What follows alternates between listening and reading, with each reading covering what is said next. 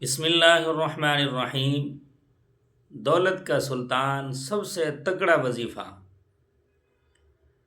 رزق سنبھالنا مشکل ہو جائے گا اگر آپ نے یہ تسبیح پڑھ لی تو آپ آگے آگے رزق پیچھے پیچھے ہوگا انشاءاللہ العزیز۔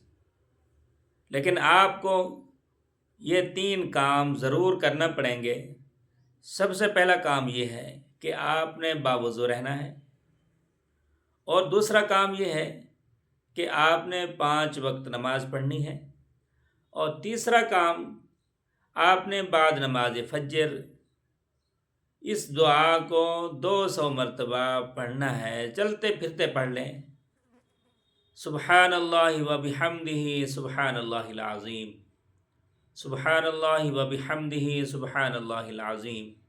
اور اسی طرح بعد نماز عشاء اسی تسبیح کو 200 مرتبہ پڑھ لیں۔ اللہ کے فضل و کرم سے رزق کا مسئلہ حل ہو جائے گا، اور جس کسی نے بھی اس تسبیح کو پڑھا وہ کبھی محروم نہیں رہا۔